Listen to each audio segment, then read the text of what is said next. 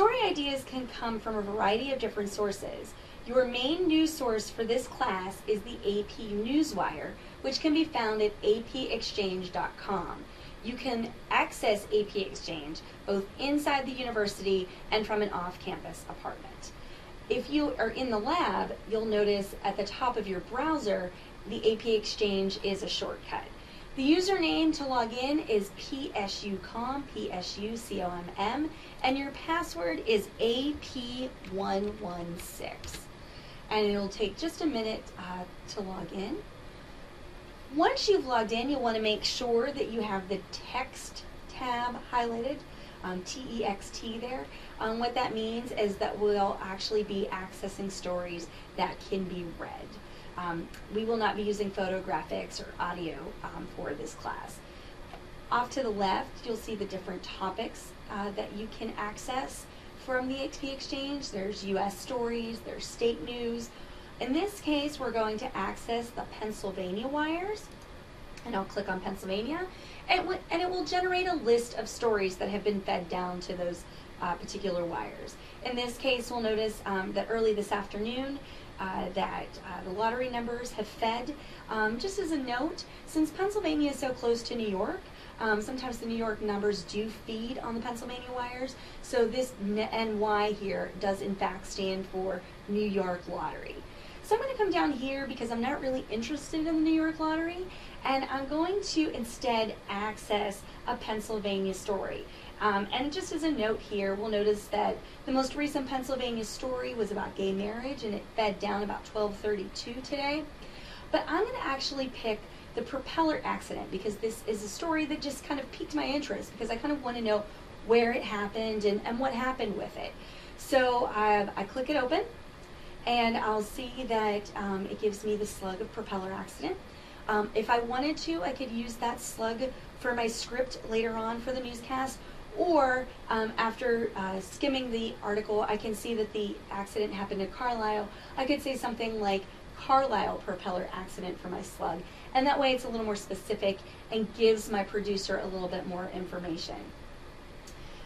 Take a quick read of the story. I find out that this man from Carlisle must have fallen off a boat somehow and got caught underneath it. And as a result, he was injured and then flown to Hershey Medical Center.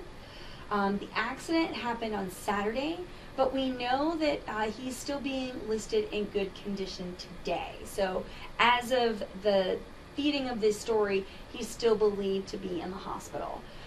So what do we do next? Well, in this case, I think it's a good hard news story. I think it may be something that my audience would be interested in. So I'm going to generate a list of possible people I can call to get more information about what actually happened. So how do I do that? Well, I read the story. And the first thing that I see is that a spokesperson for the Penn State Hershey Medical Center was contacted. So I'm going to make a note of that and take the time to look up that phone number. I'm also going to see that the Fish and Boat Commission seem to be investigating, so I'm going to want to give them a call. Now the other thing that I notice here is it says police, but it doesn't say which police department near Carlisle. So what I'm going to do is I'm going to actually Google the name of the creek. And when I do that, I get to a press release that was compiled by the Cumberland Valley Visitors Bureau. And it actually includes some non-emergency police phone numbers. So I'm going to make a note of those as well in case I can't get a hold of somebody from Hershey Medical Center or I can't get a hold of somebody from the Fish and Boat Commission, and I'll give them a call as well and just to see if I can determine which police department actually began the investigation and see if I can get some information from them. Always a possibility. You want to try to generate as many news sources as you can so that when you sit down, you're contacting all the people that you can in order to get a good story. So what do I do after that? I go over to the phone, I place my phone calls, and I wait. If I have people call me back, fabulous. That means that you can then work with your producer to determine whether or not you should write a cut and copy. And remember, a cut and copy needs at least one good soundbite. It could also have two, but you need at least one good soundbite for a cut and copy. And for a wrap, I'm going to need two soundbites, but those two soundbites are going to need to come from two different people. So if I were able to talk to a spokesperson from the Fish and Boat Commission, or I was able, and I was able to talk to a person from the Hershey Medical Center, I could then take that information in addition to what I have here on the wires and put that into a wrap. So once we've determined what kind of story we're going to write, we double check it with the producer and make sure they're okay. If for some reason you didn't get any phone calls back, or when you made your phone calls you found out that the people that you needed to speak with aren't going to come back into the office until after your deadline for the newscast, you can use this wire story to write a reader. And what that means is it's just a quick 30-second or less story that gives the facts as based on this. You do have to rewrite this story into broadcast style. You just can't do what we call rip and read, where you would just rip it from the wires and give it to the anchor. It does have to be rewritten.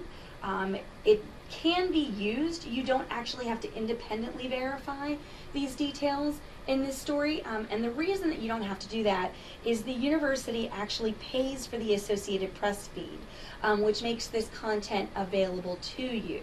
That doesn't give you a pass, though, to not make the phone calls on it. So make those phone calls first, and only write that reader when you find out that you can't get the sources to talk as you were expecting. So finally, you may also generate some story ideas from other news sites, not just the AP. Those news sites may include something like CNN, Center Daily Times, statecollege.com, Onward State, the Daily Collegian. Please note that while you can use these to get a story idea, you must independently call and verify the details of every detail in the story that you would generate from these different sources. And the reason is the university does not pay to access the content. So while you can generate the idea, any questions or any details that are in any of the stories from these different sources have to be independently verified. When you are calling to verify these details, make sure that you are once again calling the newsmaker, the people involved in the story. You are absolutely under no circumstances to call the reporter who actually worked on the story. If it helps you, keep in mind that the reporter of these stories, for example, a Collegian reporter, they're your competition. They're not an actual news source. So when you do this, make sure that you always call the people involved in the story and not the reporter.